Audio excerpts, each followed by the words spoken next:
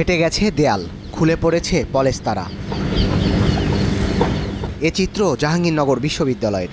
ভূমিকম্পের পর বিশ্ববিদ্যালয়ের শহীদ তাজউদ্দিন আহমদ হল, কাজী নজরুল ইসলাম হল ও ফজিলাতুন্নেসা হল সহ বেশ কয়েকটি হলের দেয়ালে দেখা যায় এমন ফাটল। শিক্ষার্থীরা জানান, পুরাতন হলগুলোতে তেমন প্রভাব না পড়লেও নবনির্মিত হলগুলোর কয়েকটি ক্ষতিগ্রস্ত হয়েছে ভূমিকম্পে।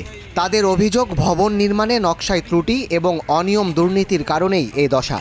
ভূমিকম্প হইল, সেখানে আমাদের 9 তলার বি ব্লকের একটা করিডোরে একটা বড়সড় ধরনের ফাটল দেখা দিয়েছে।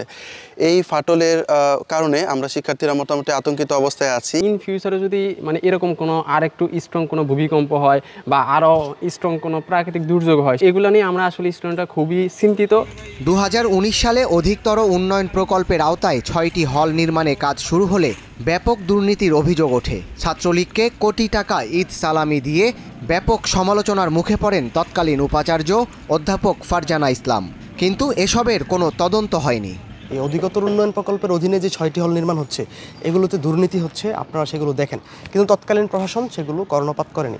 এই অন্তর্বর্তীকালীন সরকারের সময়ও এই ব্যাপারে তদন্ত করেন, আপনারা ব্যবস্থা নেন, কিন্তু বিশ্ববিদ্যালয়ের প্রশাসন এখন পর্যন্ত তেমন কোনো ব্যবস্থা নেয়নি। আমরা দুইটা জিনিসই চাই, এক হচ্ছে সেসব দুর্নীতির আসলে তদন্ত করে বিচারের ব্যবস্থা করতে হবে, এবং দ্বিতীয়ত এই হলগুলোর যথাযথ যে সংস্কার, সে সংস্কার করতে হবে, এবং প্রত্যেকটি হলের যে ক্যাপাসিটি, কতটুকু মাত্রায় এটা আসলে ধারণ করতে পারে, সক্ষমতা ভার কতটুকু বহন করতে পারে, সেটা বিশেষজ্ঞ এনে পরীক্ষা করাতে হবে।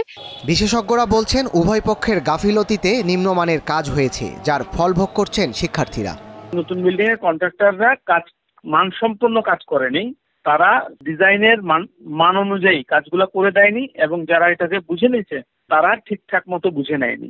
এই দুটো কারণেই তো মূলত এই সমস্যাটা রয়ে গেছে।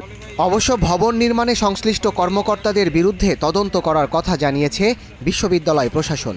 তদন্ত কার্যক্রম আনুষ্ঠানিকভাবে নেই, তবে যেটি এখান থেকে আমি বলতে পারি যে আমাদের যে দুর্নীতি দমন কমিশন, সেটি তাদের একটি তদন্ত কার্যক্রম সম্ভবত চলমান।